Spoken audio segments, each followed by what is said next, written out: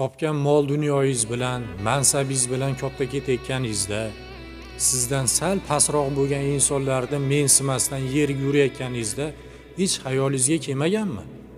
Bu narsalarni tashiyman, ketaman. Mehmonman bu dunyoga. Boradigan joyim o'zi 2 metrlik chuqurlikdagi qabr bo'lsa, nimamga katta ketaman? Bu mensimayotgan insonim ham shu holatda ketsa, hech nimasiz.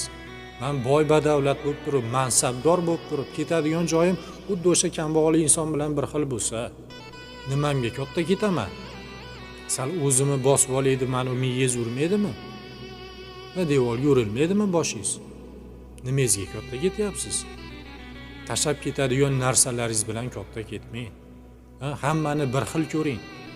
Zo'r bo'lsangiz ham, mansabdor bo'lsangiz ham, boy bo'lsangiz ham ketishimiz bir xil bo'ladi-yu, katta ketmang.